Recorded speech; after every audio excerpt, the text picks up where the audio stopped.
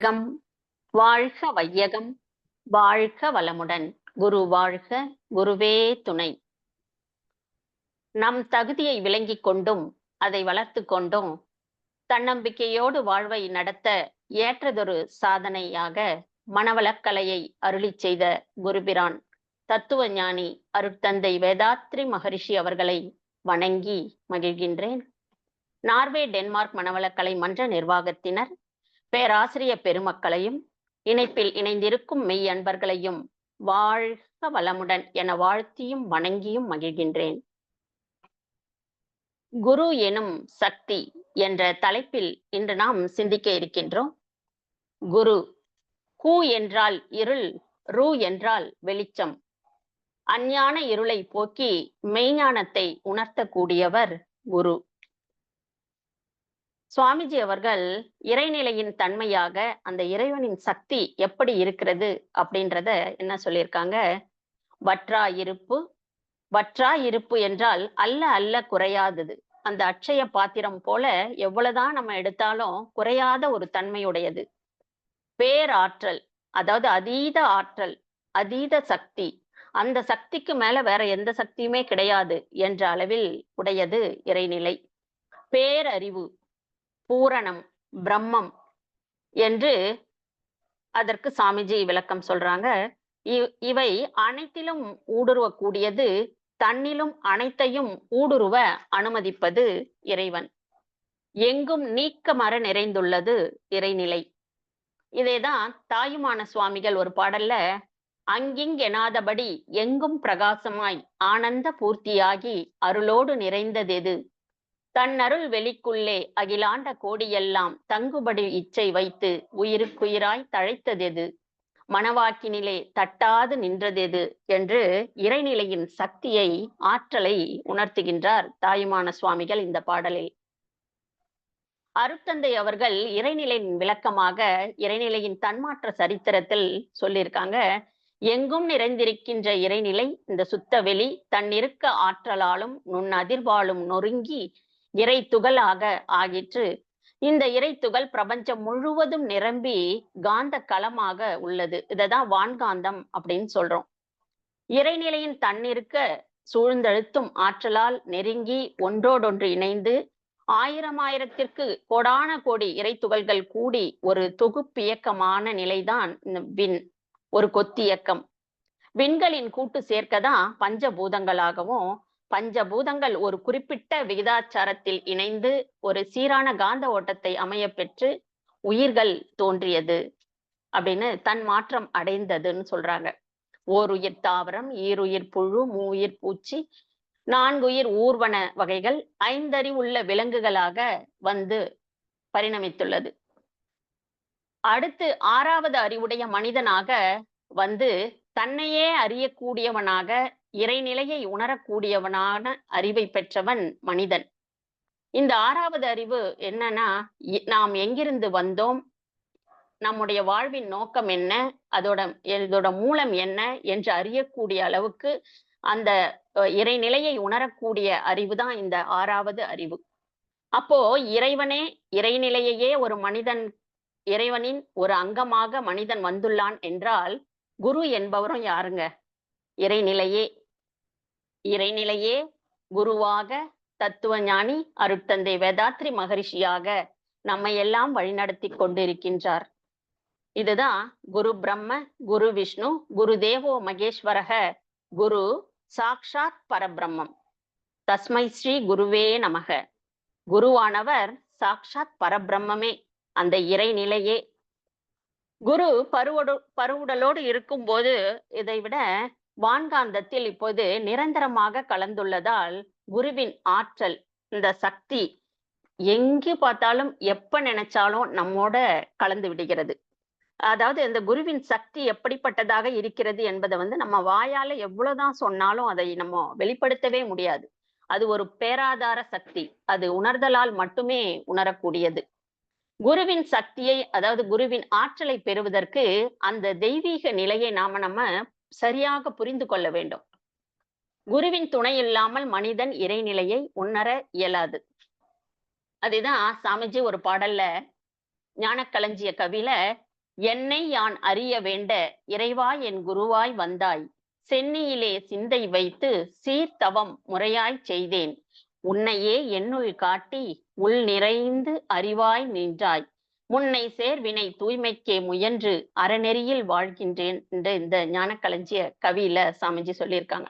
இக்கவியில சாமிஜி எல்லாம் வல்ல இறைநிலையை தான் அரூபமாக இருக்கும்பொழுது அது இறைநிலை, அதுவே ரூபமாக மாறும்போது குருவாக அவதரித்திருக்கிறார் அப்படின்ற விளக்கம் நமக்கு இதுல கிடைக்குது. சாமிஜிக்கு பாத்தீங்கன்னா கஜேந்திர மோட்சம் கதை சொன்ன தாய் தந்தையர்ல ஆரம்பிச்சு வைத்திய பூபதி கிருஷ்ணாராவ் அவருடைய குருவாகவும், பக்தி பஜனை பாடல்கள் எல்லாம் சொல்லி கொடுத்த பாலகிருஷ்ண நாயக்கர் அவர்கள், தீட்சை கொடுத்த பரஞ்சோதி சாந்தி தீட்சையை கத்துக்கிட்ட பரஞ்சோதி மகான் அவர்கள், அப்படி பல குரு மகான்களை தாண்டி சாமிஜி வந்திருக்காங்க. அதைதான் இந்த கவியில குறிப்பிட்டிருக்காங்க. இதற்கும் மேல போனா பாரதியார், ராமலிங்க வள்ளல் பெருமகனார், தாயுமானவர், திருமூலர், சிவவாக்கியர்னு சாமிஜி கூட சூக்குமமாக பல சித்தர்களும் மகான்களும் உயிர் கலப்பு பெற்று அவர்களுடைய சக்தி எல்லாம் தான் நமக்கு எல்லாமே இணைந்து அருட்தந்தை அவர்களாக நம்மிடம் வெளிப்பட்டு கொண்டிருக்கிறது. ஒவ்வொரு 100 ஆண்டுகளுக்கு ஒரு முறையும் ஒரு மகான் இந்த உலகிற்கு வருவதாக இயற்கை வகுத்துள்ளது. 9ஆம் நூற்றாண்டில் சைவத்தில் பாத்தீங்கன்னா சிவம், மாணிக்க வாசகரும் இருவரும் ஒன்று என்று நிரூபித்து காட்டியது இந்த திருவாசகம். சிவமும் மாணிக்க வாசகரும் ஒன்றுதான் என்று. நால்வரில் ஒருவரான மாணிக்க வாசக பெருமான் இந்த உலகமே உய்யும் பொருட்டு திருவாசகம் என்ற அந்த தேனை படைத்தாரு. 14, 15ஆம் நூற்றாண்டில் வாழ்ந்தவர் அருணகிரிநாதர். இந்த சாதாரண மனிதனாக பிறந்து திருவண்ணாமலையில பல தீய குணங்களை கொண்டு வாழ்ந்து வந்தாலும் அவருக்கு அந்த இறைநிலையானது முருகப்பெருமான் ரூபத்தில் கந்தனாக வெளிப்பட்டு அவருக்கு தீட்சை கொடுத்து அவரை குருவாக அதான் ஒரு முக்கியமான இந்த விஷயம். அந்த இறைநிலையே குருவாக அந்த காந்தமே கந்தனாக மாறி அருணகிரிநாதருக்கு தீட்சை அளித்து அவர் மேல் இருந்த அதற்கப்புறம் அவர் பக்தியின் காரணமாக இறைநிலையை உணர்ந்து முக்தி பெற்றார். திருப்புகழ் எனும் ஒரு மறையை படைத்தார். 18, 19ஆம் நூற்றாண்டு முதல் பகுதியிலெல்லாம் தோன்றி வாழ்ந்த அருட்பிரகாச ராமலிங்க வள்ளல் பெருமகனார், வள்ளலார் என்று நம்மால் அன்போடு அழைக்கப்படும் வள்ளலார் அவர்கள் மரணமில்லா பெருவாழ்வு பெற்று அந்த இறைநிலையே குருவாக இது மாதிரி ஒவ்வொரு மகான்களும் அவதரித்து கொண்டே வந்தாங்க. 18ஆம் நூற்றாண்டில் வாழ்ந்து பல எளிய பாடல்கள் மூலம் தமிழ் சமய கவிதைக்கு ஒரு தூணாக இருந்தவர் பாத்தீங்கன்னா வள்ளல் பெருமகனார் தான். அவரை தொடர்ந்து மகாகவி பாரதி, இவங்களுக்கெல்லாம் முன்னோடியாக தாயுமான சுவாமிகள், இவங்கெல்லாம் தவ நெறியிலும் சிறந்து விளங்கி இறைநிலையை உணர்ந்தவர்கள். சாமிஜிக்கு இவங்க எல்லாமே நிறைய விதத்துல குருவோட சக்தி கொடுத்து இருக்கிறார்கள். நம்ம சாமிஜியை பத்தி நம்ம ஆராய்ச்சி செய்து அதை படிக்கும்போது பாத்தீங்கன்னா இவ்வளவு விஷயங்கள் இருக்கு. இப்போது இவர்கள் எல்லாம் இவ்வளவு பேரோட சேர்ந்து தற்போது 20, 21ஆம் நூற்றாண்டுகள்ல நம்மோடு வாழ்ந்து சூக்குமமாக இந்த நொடி பொழுதும் நம்மை வழிநடத்தி கொண்டிருக்கிறார் குருபிரான் அருட்தந்தை வேதாத்ரி மகரிஷி அவர்கள். அப்படிப்பட்ட குருவின் சக்தியை நாம் எப்படி பெறுவது, எப்படி நமக்கு கிடைக்கும்னா, குருவின் சக்தி எப்போதும் எங்கோ நீக்கமற நிறைந்துதான் இருக்கிறது. அது இங்க இருக்கு அங்க இருக்குன்னா நம்ம சொல்லவே முடியாது. திருமூலத்தேவரின் திருமந்திர பாடல்ல பாத்தீங்கன்னா, தெளிவு குருவின் திருமேனி காண்டல், தெளிவு குருவின் திருநாமம் செப்பல், தெளிவு குருவின் திருவார்த்தை கேட்டல், தெளிவு குருவிரு சிந்தித்தல் தானே அப்படின்னு குருவின் மேன்மையை சொல்றாங்க. தெளிவு என்பது என்ன? சுத்தமாக இருப்பது. சுத்தம்னா என்ன? உடல் சுத்தம், மன சுத்தம், ஆன்ம சுத்தம். எளிதில் புரிந்து கொள்ளக்கூடிய ஒரு தன்மை. வெளிப்படையாக இருப்பது. உள்ளொன்று வெளியொன்று வைத்து பேசாமல் வெளிப்படையாக இருப்பது. குழப்பம் இல்லாமல் இருப்பது. மன நிறைவாக இருப்பது. மன அமைதியோடு இருப்பது. இதுக்கெல்லாம் தெளிவு அப்படின்னு விளக்கம் சொல்லலாம். அப்போ இதையெல்லாம் கொடுக்கக்கூடியவர் அந்த குருவை பார்ப்பதற்கு நேரில் பார்த்தாலும் சரி, நம்ம படத்தில் பார்த்தாலும் சரி, அவரை பற்றி நாம் சிந்திக்கும் போதும் சரி, இப்ப அவரை பற்றி நாம் பேசிக்கொண்டிருக்கும் போதும் சரி, அந்த குருவின் சக்தியாய் நம்மால் கண்டிப்பாக உணர்ந்தால் உணர முடியும். நம்முடைய ஜீவகாந்தத்தில் இந்த குருவின் சக்தியானது நிச்சயமாக ஒரு அதிர்வை ஏற்படுத்தும். ஆழியாறுல பிரம்மஞான பயிற்சிக்கு நேரடியாக சாமிஜியோட கலந்து கொண்ட ஆசிரியர் பெருமக்களோட விளக்கங்கள், அவங்களோட அனுபவத்தை எல்லாம் சொல்லும்போது சொல்லியிருப்பாங்க பாருங்க. அந்த பிளஸ்ஸிங் கொடுக்கும்போது சாமிஜியோட அந்த ஆற்றல், குருவின் ஆற்றல் சக்திய வந்து எப்படி உணர முடிகிறது என்று. இதெல்லாம் நான் நெறைய திறம நாங்க நேரடியா அந்த பாக்கியம் கிடைக்கவில்லைன்னா கூட, அந்த வீடியோலாம் ஆன் பண்ணி வச்சுட்டு, நல்ல தவம் பண்ணிட்டு இதெல்லாம் நெறைய முறை நான் அனுபவமா அத வீட்லயே இருந்து கூட அந்த குருவின் சக்தியை நம்மளால கண்டிப்பா உணர முடியும். அதெல்லாம் அனுபவித்திருக்கோம். குருவின் நாமத்தை உச்சரிக்கும் பொழுதும், ஆசான் அருட்தந்தை அவர்கள் சூக்குமமாக நிரம்பி, நம்ம அ ஒரு நிகழ்ச்சி ஆரம்பிக்கும்போது நம்ம மனதிற்குள்ளேயும் சொல்லிக் கொள்ளலாம். வார்த்தையால சொன்னாலும் சரி. அப்படியெல்லாம் நம்ம அந்த உச்சரிக்கும் பொழுது, அந்த குருவின் சக்தி அது நம்மோடு இணைகிறது. குரு ஆனவர் தாம் உணர்ந்த உண்மை நிலையை அவர் மூலமாக திருவார்த்தையாக நம்ம கேட்டாலும் சரி. சாமிஜியோட நெறைய பிரம்ம நிலை விளக்கங்கள், நெறைய ஸ்பீச்சஸ் இருக்கு பாருங்க. அத கேட்கும் பொழுதும் சரி, அவர் எழுதிய ஞான களஞ்சிய கவிகளை நாம எழுதுனா கூட சரி, இதெல்லாம் எனக்கு ரொம்ப ஒரு தாக்கத்தை ஏற்படுத்துதுங்க. அது சும்மா பார்த்து எழுதும்போது கூட அதோட நம்ம கனெக்ட் ஆகுறோம் சாமிஜியோட. அதை நம்ம சிந்திக்கும்போதும் சரி, அதோட பொருளை நம்ம உணரும்போதும் சரி, அதை அத சிந்திச்சுக்கிட்டே இருந்தீங்கனாலே அது நல்ல ஒரு ஆ உயிர் கலப்பை ஏற்படுத்துகிறது. தத்துவங்களாக கேட்டாலும் சரி, நூல்களில் படித்தாலும் இது என்னுடைய அனுபவம் இதுங்க. குருவின் சக்தி எப்போது ஆட்கொள்ளும் என்று நமக்கே தெரியாது. ஏன்னா 2011ல எம்.ஏ ஃபர்ஸ்ட் செட்டு பாண்டிச்சேரியில நான் இணைஞ்சேங்க. நான் வந்து டிகிரிக்காக தான் ஆரம்பத்துல இணைஞ்சது. ரொம்ப பக்தி மார்க்கத்துல ரொம்ப ஈடுபாடு உண்டு. ஆனா ஞான மார்க்கத்துல ஈடுபாடு இல்ல தான் அப்ப எனக்கு. அப்படி இணையும்போது ஒரு வருஷம் எல்லாம் சின்ன குழந்தைங்க எல்லாரும் 10 இரவு 10 மணிக்கு மேல அவங்கலாம் உறங்க போனோம்னு தான் எனக்கு அசைன்மென்ட் எல்லாம் எழுத முடியும். அப்ப எல்லாமே ஃபுல்லா கையிலேயே எழுதுவோம். அப்ப இந்த புக்ஸ் எல்லாம் வாங்கி பிஜி படிக்கிறேன்ற இன்ட்ரெஸ்ட்ல எழுதலாம்ன்னு சொல்லிட்டு 1, 1:30 வரைக்கும் உட்கார்ந்து நான் எழுதுவேன். ஃபுல்லா தமிழ்ல. ஒரு நாளைக்கு ஒரு பேப்பர் உடல்நலம் ஃபுல்லா முடிச்சுருவேன். 1, 1:30, 2 வரைக்கும் எழுதி, எழுதி அப்பொழுது அத எழுதி முடித்ததுக்கு அப்புறம் தான் எனக்கு ஓரிரு நாட்கள்ல ஒரு அனுபவமே எனக்கு சாமிஜி கூட கிடைச்சது. நான் அவரை ரொம்ப நினைச்சது கிடையாது. அவர் குருவா அப்படியெல்லாம் எந்த இதுவுமே இல்ல. பயிற்சிகள் செய்தது இல்ல. இணைஞ்சேன். அந்த தத்துவங்களை எழுத தான் ஆரம்பிச்சது. அது எப்படி உயிர் கலப்பு பெற்றதுன்னே என்னால இதுவரைக்கும் என்னால அத சரியா சொல்லவே முடியாது. அந்த குருவின் சக்திக்கு அவ்வளவு ஆற்றல் உண்டுங்க. எந்த விதத்துல வேணா நம்மோட இணைவார். அதேதான் சாமிஜியே தன்னுடைய கவிதையிலே சொல்லியிருக்காரு பாருங்க. எப்பொருளை, எச்செயலை, எக்குணத்தை, எவ்வுயிரை ஒருவர் அடிக்கடி நினைத்தால், அப்பொருளின் தன்மையாய் நினைப்போர் ஆற்றல் அறிவினிலும், உடலினிலும் மாற்றம் காணும். இப்பெருமை இயல்பூக்க நியதியாகும். எவர் ஒருவர் குருவை மதித்து ஒழுகினாலும், தப்பாது குரு உயர்வு மதிப்போர் தம்மை தரத்தில் உயர்த்தி பிறவிப் பயனை நல்கும் அப்படின்னு அற்புதமான ஒரு கவி. எதை நினைக்கிறோமோ நாம் அதுவாகவே ஆகிறோம் என்பதற்கேற்ப இயற்கையாகவே நம் உயிரில் மாற்றம், உடலில் மாற்றம், மனதில் மாற்றம், நம் செயலில் மாற்றத்தை எளிதாக ஏற்படுத்தக்கூடியது இந்த குருவின் சக்தி. அருட்தந்தை அவர்கள் அவர் உள்ளுணர்வால் அருளியதுதான் இந்த வாழ்க வளமுடன் வாழ்க வையங்க என்ற தாரக மந்திரம். மகரிஷியின் உயர்காந்த களத்திலிருந்து அருளப்பட்டது இது. இந்த உலக மக்களுக்கு அருளப்பட்ட மாபெரும் சக்தி, ஆற்றல். அந்த ஆற்றல் தான் அந்த வாழ்த்து அலையாக உலகத்தின் எல்லா மூலைகளிலும் இப்ப அப்படியே எதிரொலித்து பிரதிபலித்து ஊடுருவிக் கொண்டிருக்கிறது. இதேதான் பட்டினத்தாரோட ஒரு பாடல்ல குருவின் வார்த்தைக்கு எவ்வளவு சக்தின்றத பட்டினத்தார் பாடல்ல சொல்றாரு. மண்ணும் உருகும், மரமும் உருகும், கல்லும் உருகும், மாயை உருகும், மாலும் உருகும், ஆணும் உருகும், பெண்ணும் உருகும், பேதா பேதங்கள் உருகும், அண்ணல் உருகும். இதெல்லாம் எப்ப உருகுங்களாங்க?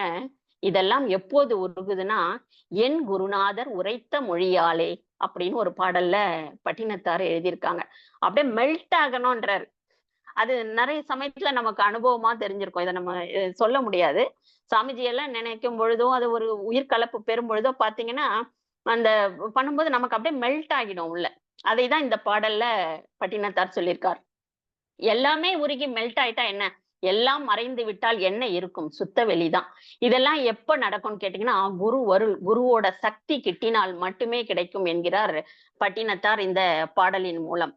இதேதான் சாமிஜியோட அனுபவத்திலயும் சொல்றாரு பாருங்க. என்று என்னை ராமலிங்க வள்ளல் பெருமகனார் எதிர் நின்று காட்சி தந்து அருள் பொழிந்தாரோ, அன்று முதல் உடல் உயிரோடு அறிவை அர்ப்பணிக்கே அர்ப்பணித்து விட்டேன். என் வினை தூய்மையாச்சு. வள்ளலாரோட குரு சக்தி இணைந்த பிறகு அருட்தந்தை சாமிஜி அவர்கள் எனர்ஜி பேக் ஆக இருந்தார். அப்போ உதித்ததுதான் இந்த ஞானக்களஞ்சிய கவிகள் அனைத்துமே நிறைய தத்துவங்கள் எல்லாம்.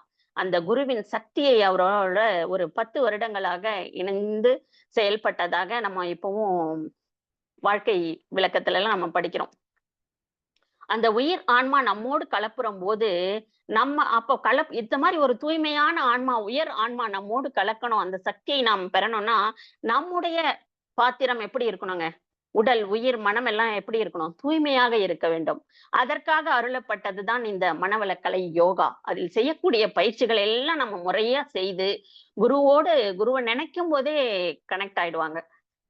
இதே ஔவை தாய் கூட ஒரு பாடல்ல சொல்றாங்க பாருங்க, "குருவின் தாளை தொட்டவுடன் அருவமாக உள்ள சிவம் என்று ஒன்று தானே தெரியும்." அப்படின்னு ஒரு பாடல்ல சொல்லியிருக்காங்க. குருவின் தாள், தாள் என்பது பாதம்னு நம்ம பொதுவா சொல்றோம். பாதம் என்பது தாள் என்பது இங்க சக்தி தான், எனர்ஜி, ஆற்றல். தாள் பணிந்து காலில் விழுவது மட்டும் கிடையாது, குருவின் சக்தியை பெறுவது. அப்போ குருவின் அருள் அருள் சக்தியை நாம் பெற வேண்டும் என்றால், அருவமாக நம்முள் உள்ள இறையை அந்த குருவின் சக்தியை பெற்றவுடன் நம்முள்ள இருக்கிற இறைவனே நம்ம கிட்ட இருந்து வெளிப்படுவாராம். இதைதான் அம்மா அவர்கள் அந்த பாடல்ல சொல்லியிருக்காங்க. இதேதான் நம்ம தீட்சை விளக்கத்தெல்லாம் கொடுக்கும்பொழுது சொல்லுவாங்க பாருங்க. குருவின் ஆற்றல் சக்தி நம்மோடு கலக்குது, உயிர் கலப்பு பெருகுது. பாலில் ஒரு ஒரு சொட்டு தயிர் ஊத்துன உடனே அது தயிராக மாறுகிறதுன்னு சொல்வதெல்லாம் இந்த சக்தியோட நாம் சேரும் பொழுதுதான். குருவின் தாழ் பணிந்து கூடுதல் தான். அதாவது நம்முடைய உடல், பொருள், ஆற்றல் அத்தனை உணர்வுகளையும் நாம் ஒப்படைக்கிறோம். குருவிடம் சரணாகதி அடைகிறோம். ஏன்னா, மாதா, பிதா, குரு, தெய்வம். மாதா, பிதா அப்பாவ காட்டுறாங்க. அப்பா குருவை காட்டுகிறார். குரு தான் தெய்வத்தை காட்டுகிறார். குரு தான் இறையை உணர்வதற்கு உதவுகிறார். அப்படி சிந்தித்து பார்த்தா தெரியும், எப்படிப்பட்ட குரு நமக்கு இந்த ஜென்மாவுல கிடைத்திருக்கார் பாருங்க. அருட்தந்தை வேதாத்ரி மகரிஷி அவர்கள் சித்தர்கள், யோகியர்கள், மகான்கள் மரபு நெறி நின்று ஆன்மீகத்தை அடிப்படையாக கொண்ட சமுதாய பணி ஆற்ற வந்த மாபெரும் மகான்.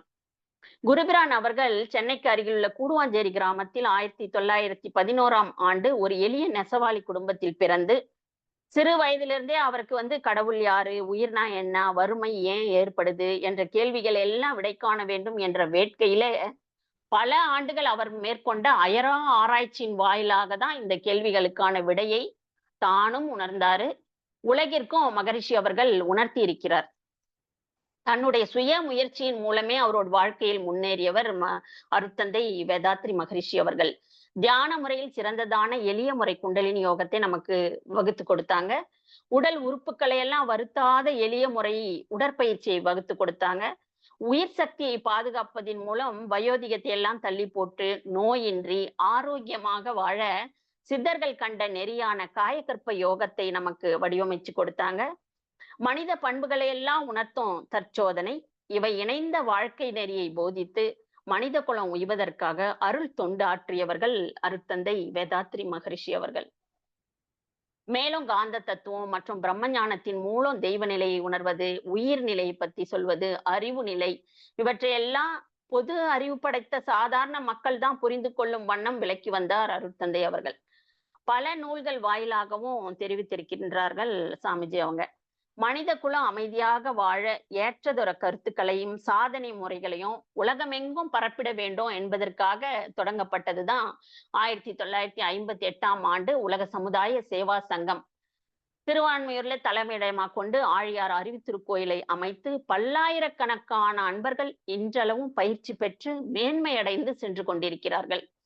17,000க்கும் மேற்பட்ட ஆசிரியர்களையும் சாமிஜி அவர்கள் ஞானாசிரியர்களாக உருவாக்கி இந்த தொண்டை சூக்குமமாக அந்த உயிர் சக்தியை நமக்கு அளித்து நாம் சிறப்பாக இந்த தொண்டை செய்து கொண்டே இருக்கிறோம். இவ்வளவு விஷயம் ஒருத்தர் விஷயத்தையும் நடத்தணும், இயக்கணும்னா அவருக்கு எவ்வளவு ஆற்றல் இருக்கணும் பாருங்க. அந்த ஆற்றல் தான் பேசுது. சக்தி தான் பேசுது. குருவின் சக்தி தான் தேவைப்படுது நமக்கு. இது போன்று நம்ம சிந்திச்சு பார்க்கும் போதே நமக்கு குருவின் சக்தியை நம்மால் உணர்ந்து கொள்ள முடியும். அதுவே ஒரு தவமாகத்தான் நான் நிறைய முறை அத அனுபவமாக செய்து பார்ப்பேன். சாமிஜியை நினைச்சுக்கிட்டே இருக்கும்போது அதுவே ஒரு சிறந்த தவமாக மாறிவிடும் நமக்கு. குருவின் ஆற்றல் என்பது உடல் சார்ந்து இயங்குவது மட்டும் கிடையாதுங்க. குருவின் சக்தி அந்த ஆன்ம நிலையிலேயே உயிர் சார்ந்து இயங்குவது. அதனால்தான் நம்ம உயிரை குருவின் உயிர் சக்தியோடு இணைக்கிறோம். அதான் குரு வணக்க பாடல்ல கூட பாத்தீங்கன்னா, தந்தை தாய் ஈருயிரும் ஒன்று சேர்ந்து தழைத்ததொரு உடலாகி உலகில் வந்தோம். அந்த ஈருயிர் வினைகள் அறமோ மற்றோ அளித்த பதிவுகள் எல்லாம் என் சொத்தாட்சி.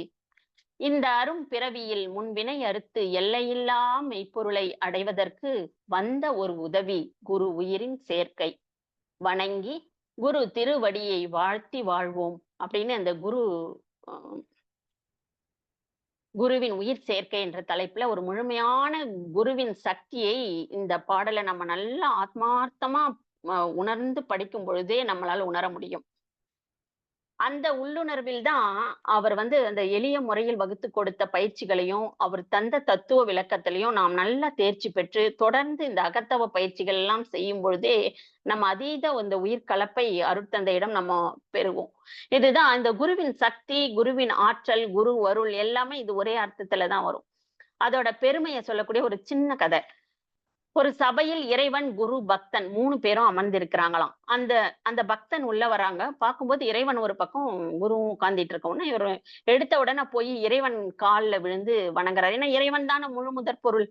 அதனால இறைவன் கிட்ட கால்ல விழுந்து வணங்கும்போது வணங்க போறாரு. போறதுக்கு முன்னாடி இறைவன் சொல்றாரு, "இல்ல, இல்ல முதல்ல நீ போய் குருவ வணங்கிட்டு வா" அப்படின்னு சொல்றாரு. உடனே ஒரு குரு கிட்ட போகும்போது குரு சொல்றாரு, "இல்ல, இல்ல நீ முதல்ல இறைவனை போய் வணங்கி விட்டு வா" அப்படின்னு சொல்றாரு. அப்ப திரும்ப இறைவன் கிட்ட இறைவன் கிட்ட விழுந்து வணங்கும்போது, "நான் ஏன் உன்ன குருவ வணங்க சொன்னேன்னு தெரியுமா? நீ என்னெல்லாம் உன் வாழ்க்கையில செஞ்சியோ, அதற்கு என்னென்ன செயலெல்லாம் செய்றியோ, அதற்கேற்ற விளைவை கொடுத்துக் கொண்டே இருப்பான் இறைவன். நான் அததான் செய்வேன். அதான் என்னோட கடமை." அததான் சாமிஜி செயல் விளைவு தத்துவமாக நமக்கு சொல்லியிருக்காங்க. நம்ம எது செஞ்சாலும் அதற்கு விளைவு கண்டிப்பா உண்டு. நன்மை செய்தா நன்மை உண்டு, தீமை செய்தா அதற்கென்ற பலன் உண்டு என்று. ஆனா இறைவனே சொல்றாரு இத. ஆனா குரு அப்படி இல்லப்பா. குரு நீ என்ன தப்பு பண்ணாலும், உன்னை திருத்தி நல்வழிப்படுத்தி, உன்னை அரவணைத்து, கரம் பிடித்து, ஒரு முழுமை பேற்றை அடைவதற்காக அழைத்து செல்வார் குரு. அதுக்கு தான் உன்ன போய் முதல்ல குரு கால்ல வணங்கு அப்படின்னு சொன்னேன்னு இறைவன் சொன்னதாக இந்த ஒரு உரையாடல் இருக்கும். அப்படிப்பட்ட ஒரு உயர்ந்த குருவை நாம் அடைந்திருக்கிறோம் அன்பர்களே. ஏன்னா நெனச்சு பார்த்தா, எத்தனை முறை நம்ம உடற்பயிற்சிய தவற விட்டுருப்போம். சூழ்நிலை காரணமாக.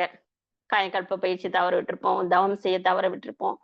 இருந்தாலும் அது டிராப் ஆகும்போது அந்த மனநிலை சூழல்லாம் சமயத்துல இந்த உலகத்தோடு, சமுதாயத்தோடு, குடும்பத்தோடு உறவாடிக் கொண்டு இருக்கும் பொழுது, இதெல்லாம் இறங்கி, இறங்கி ஏறது இயல்பு தான் எல்லாருக்கும். அப்படி இறங்கும்போது நம்ம சாமிஜிய நம்ம நெனச்சு பாருங்களேன். சாமிஜிய நெனச்சா, குருவ வணங்குனா, பாருங்க அந்த ஃப்ரீக்வன்சிக்கு அவர் எப்படி அழைத்து செல்வார்ன்னே தெரியாது. அதுபோல நம்மள அழைத்து செஞ்சு மீண்டும் பயிற்சிகளை எல்லாம் செய்ய வச்சு, அ நெறைய தொண்டு செய்வதற்கான வாய்ப்பு இதையெல்லாம் நடத்திக் கொண்டு இருக்கிறதுன்னா, எது நடத்துது? இந்த குருவின் சக்தி தான் நடத்திக் கொண்டிருக்கிறது. நம்ம எல்லாம் வழிநடத்திக் கொண்டு இருக்கிறது என்பதை இந்த இந்த சின்ன அந்த உரையாடல் கதை மூலமா நம்மால உணர முடியும். அதேதான் சாமிஜி சொல்றாரு பாருங்க ஒரு கவியில, "பஞ்சமகா பாதகங்கள் செய்தேரேனும் பகுத்தறிவால் விளைவறிந்து எண்ணி எண்ணி சஞ்சலத்தில் ஆழ்ந்து ஆழ்ந்து உள்ள முறுக்கத்தோடு நெறி நிலை கடைபிடி சன்மார்க்க நிலை கடைபிடித்து நின்றால் அஞ்சாதீர் அன்புடனே உமையும் ஏற்போம். அறிவு நிலை அறிவிப்போம் அமைதி காண்பீர். துஞ்சாமலும் கூட நாடுவோருக்கு துணை புரிதல் எம் கடமையாக கொண்டோம்" அப்படின்னு சாமிஜி இந்த கவியில சொல்லியிருக்காங்க. பஞ்சமகா பாதகங்கள் என்னங்க? பொய், களவு, சூது, கற்பழிப்பு இதெல்லாம் சொல்றாங்க. அந்த இது பண்ணியிருந்தீங்க அத போன்ற நீங்க செய்திருந்தால் கூட கவலைப்படாதீங்க. ஐயோ! நான் தப்பு பண்ணிட்டேனே! நான் நெறைய எவ்வளவு பொய்யெல்லாம் நான்லாம் ரொம்ப சர்வசாதாரணமா இப்பல்லாம் நமக்கு நெறைய குறைஞ்சிருக்கும். நெறைய சொல்றது இல்ல. இருந்தாலும் நார்மலா இருக்கும்போது, இத மனவளக்கலைக்கு முன் பின்னுன்னு யோசிச்சு பார்த்தீங்கன்னா, நிறைய அந்த மாரி சொல்லியிருப்பாங்க. அப்படியெல்லாம் செஞ்சிருந்தீங்கன்னா கூட பரவால்ல. ஐயோ! நான் தப்பு பண்ணிட்டேனே சாமிஜி, இது மாரி நான் செஞ்சது தப்பு தான் அப்படின்னு நம்ம சாதாரணமா ஒரு தந்தை கிட்ட பேசுவது போல கூட மனதளவுல இதுலருந்து மாத்தி என்ன நல்வழிப்படுத்துங்க அப்படின்னு கேட்கும்போது, அதான் சொல்றாரு சாமிஜி, "அஞ்சாதீர் அன்புடனே உமையும் ஏற்போம்." நம்மள அன்புடன் ஏற்று நம்மள நல்வழிப்படுத்தக்கூடியது தான் அந்த குருவின் சக்தி. இத இந்த பாடல்ல மூலம் நம்மால உணர முடியும். அதே பார்த்தீங்கன்னா, யோக பயிற்சிகளிலே மிக உயர்ந்த முறை பயிற்சி எதுன்னு கேட்டீங்கன்னா, மௌன பயிற்சி தான். சாமிஜி மௌனத்தின் மேன்மைகள நெறைய சொல்லியிருக்காங்க. அத எப்படி செய்யணும்ன்ற முறைகள் எல்லாம் நமக்கு சொல்லியிருக்காங்க. இப்பவும் ஆழியார்ல மாதந்தோறும் மௌனம் நடைபெறுகிறது. நம்ம மன்றங்கள்ல நடைபெறுது வாரந்தோறும். இப்போ நவம்பர், டிசம்பருக்கு அப்புறம் பார்த்தீங்கன்னா, தொடர் மௌனங்கள்லாம் எல்லா மன்றங்கள்ல நடக்கும், ஆன்லைன்ல எல்லா இடத்துலயுமே நடக்குது. மௌனத்தில் என்ன நடக்குதுன்னா, மன தூய்மை, வினை தூய்மை உண்டாகும். அப்படின்னு சாமிஜி சொல்லியிருக்காங்க. இறை சக்தி, குரு சக்தியையும் நம்மால் பரிபூரணமாக உணர முடியும் மௌனத்தில். அந்த உணர்ச்சி நிலையிலிருந்து உணர்வு நிலைக்கு நம்மால் வர முடியும். குருவின் தூய அந்த ஆன்ம சக்தி இருக்கு பார்த்தீங்களா? அதோடு நம்மால் கலக்க முடியும். அப்படி நம்ம கலக்க வேண்டும்னா, நம் உடல், மனம், ஆன்மா இதையெல்லாம் நம்ம தூய்மையாக வைத்துக் கொள்ள வேண்டும். அப்பதான் அந்த உயர்ந்த ஒரு ஆன்மாவின் சக்தி நம்மோடு கலப்புறும். அதற்கான பயிற்சிகள் தான் மீண்டும் மீண்டும் அதே தான் சொல்றேன். அதற்கான பயிற்சிகள் தான் நம்முடைய மனவளக்கலை பயிற்சிகள் அத்தனையுமே நம்மை தூய்மை செய்து கொள்ளக்கூடிய, நாம் எதுக்காக வந்தோம்? வாழ்வின் நோக்கத்தை அடையணும்னா, நம்ம இத கண்டிப்பாக மனவளக்கலை பயிற்சிகள் எல்லாம் தொடர்ந்து செய்யும்பொழுது தான் நமக்கு குருவினோட சக்தியை நம்மால் பெற முடியும். சாமிஜி இன்னும் நெறைய சொல்லியிருக்காங்க. சாமிஜிய பத்தி சக்தியை பேசணும்னா, இந்த ஜென்மாவே பத்தாது போல இருக்கு. அவ்ளோ இருக்கு. சாமிஜி ஒரு முறை சொல்லியிருக்காங்க, "துன்பம் வரும்போதெல்லாம் என்ன நெனச்சுக்கோங்க" அப்படின்னு சொன்னாராம். 60 வயது வர பல வாழ்க்கை சிக்கல்கள் எல்லாம் சாமிஜி தன்னுடைய சொந்த வாழ்க்கையில நெறைய அனுபவிச்சிருக்காங்க. ஆனா அந்த துன்பத்தை எல்லாம் யாரையும் அவரு இது சொல்லல. அவரே தானே சரி செய்து கொண்டு, ஊர் ஊராக நடந்தே சென்று மெய்விளக்க தவ மையங்கள் எல்லாம் தோற்றுவித்து, கையிலேயே சாதாரண பேப்பர்ல எழுதி எழுதி குடுப்பாராம். இப்ப நம்ம எவ்ளோ பேம்ப்ளெட், எவ்ளோ மெசேஜஸ் அனுப்புறோம் சாமிஜியோட தத்துவங்கள். அப்ப சாமிஜி எழுதி எழுதி குடுப்பாருங்களாம். பிரசுரம் செஞ்சு மக்களிடம் கொடுத்தார். அப்படியெல்லாம் வெளிப்பட்டதுதான் இந்த குருவின் சக்தி இன்று பெரிய ஒரு விருட்சமாக ஒ உலகளாவி பறந்திருக்கிறது. உலக சமுதாய சேவா சங்கம், மனவளக்கலை பயிற்சிகள் எல்லாமே. அதுதான் சாமிஜி 1996ல ஆழியார்ல சொன்னாங்களாம். "நீங்க எல்லாம் என் வயசு வரும்பொழுது இன்னும் நல்லா உடல் நலத்தோட இருப்பீங்க." 96ல சொன்னாருன்னா பாருங்க, அத 95, 96 வயசு அப்ப சொல்லியிருப்பாங்க. ஏன்னா, நான் இந்த பயிற்சிய முறையா வடிவமைச்சு செய்ய ஆரம்பிக்கும் போதெல்லாம் எனக்கு 60 வயசு ஆயிடுச்சு. ஆனா, நீங்கலாம் அவ்ளோ சீக்கிரமா ஆரம்பிச்சுட்டீங்க இல்லையா? அதனால நீங்கலாம் என் வயசு இருக்கும்பொழுது, இன்னும் நல்லா உடல் நலத்தோட இருப்பீங்கன்னு சொன்ன அந்த கருணை கடல் தான் இந்த நம்முடைய குருவின் சக்தியாக உணர்கிறேன். வாழ்க வளமுடன். சாமிஜி கடைசியாக அதாவது உளுந்தூர்பேட்டைன்னு நெனைக்கிறேன். அப்ப சாமிஜி வந்தாங்களாம். அப்பலாம் ரொம்ப ஆரம்ப காலத்துல ஒரு மண்டபம், கல் தூண் மண்டபம். அந்த காலத்து மண்டபம். லைட் கூட இருக்காது. அங்க ஏதோ தத்துவ விளக்கம் குடுக்கிறதா சொல்லி ஒரு 4, 5 பேர் வர்றதா இருந்தாங்களாம். அப்ப சாமிஜி அங்க வந்து வெயிட் பண்றாரு. அந்த 5, 6 பேரு விளக்கத்தை கேட்க வெயிட் பண்றாங்க. அந்த அந்த கல் மண்டபத்தோட பூட்டு சாவிய எடுத்துட்டு வரார்ல ஒருத்தர். அத எடுத்துட்டு வர்றவரு மறந்துட்டாரு. அப்ப எங்கங்கம்மா டைம் ஆகும். 5 பேர் வேற போயிடுவாங்களேன்னு சாமிஜிக்கு விளக்கத்தை கேட்க இறை விளக்கத்தெல்லாம் கேட்கணுமே, அவங்க போயிடுவாங்களேன்னு பார்த்தாராம். சுத்தி பார்க்கும்போது ஒரு நெல் குவியல். அது வந்து வயல் சார்ந்த இடம் போல இருக்கு. நெல் குவிச்சு அது மேல தார்ப்பாய்ன்னு ஒண்ணு சொல்லுவாங்க பார்த்தீங்களா? அது போட்டு வைப்பாங்க கிராமத்துல. அது இருந்துதாம். சரி அது லேட் ஆகிடும். இங்கேயே நம்ம கிளாஸ வச்சுக்கலான்ட்டு எதுங்க மெயின் ரோடுங்களாம் அது. இப்பல்லாம் இருக்கு பாருங்க. ஹைவேன்னு சொல்றோம். அப்ப ஹைவேலாம் வந்து அவ்ளோ இதா இருக்காது. அந்த மெயின் ரோடு 2 பக்கமும் ஃபுல்லா புளிய மரங்களாம். அந்த தார்ப்பாய எடுத்துட்டு வர சொல்லி, அந்த ஓரமா ரோட்டு ஓரத்துல அங்கேயே அந்த தார்ப்பாய விரிச்சு, அங்கேயே உட்கார்ந்து வந்தவங்க ஏமாந்து போகக்கூடாதுன்றதுக்காக அவரோட விளக்கத்த அளிச்சாரு. அப்படியெல்லாம் வந்து சாமிஜி வந்து அந்த வகுப்பை வந்து எடுத்திருக்காருன்னு கேள்விப்படும்போது ரொம்ப நெகிழ்வா இருக்கும். இதெல்லாம் நெனச்சு பார்க்கும்போதே நம்மோட சாமிஜியோட குரு உயிர் கலப்பு பெறுவார் கண்டிப்பா அப்படின்ட்டு நம்புறேன் நானு. வாழ்க வளமுடன்.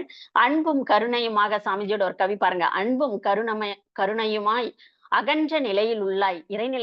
இறைநிலை கிட்ட பேசுறாரு. அன்பும் கருணையுமாய் அகன்ற நிலையில் உள்ளாய். என் மனதை விரித்து இணைத்துக் கொண்டாய் உன்னுள்ளே. கன்ம வினையெல்லாம் கழிந்தன உணர்கின்றேன். உன்னை அறிந்து உய்ய உலகுக்கு தொண்டு செய்வேன். இன்று நான் நிறைவு பெற்றேன் அப்படின்னு இவ்வளவு கஷ்டப்பட்டு இவ்வளவு துன்பத்தை எல்லாம் தாண்டி வந்து ஒரு நிறைவான இத அடைந்து முழுமை பேற்றை அடைந்த அந்த குருவின் சக்தியை தான் நம்ம இப்போ பெற்றுக்கொண்டிருக்கிறோம் அன்பர்களே. நாமும் அன்பும் கருணையமாய் அகன்ற நிலையில் உள்ள குருவின் சக்தியை நாமும் இணைத்துக் கொண்டு உலகுக்கு தொண்டாற்றி அருட்தந்தை வழியில் நின்று நிறைவு பெறுவோம் என்று கூறி இந்த அற்புதமான தலைப்பையும் வாய்ப்பையும் அளித்த இறை அருளுக்கும் குரு அருளுக்கும் குரு சக்திக்கும் நன்றி கூறி செவிமடுத்த அனைவருக்கும் நல்லுள்ளங்களுக்கும் வாழ்க வளமுடன் என வாழ்த்தி சிந்தனையை நிறைவு செய்கிறேன். வாழ்க வளமுடன்.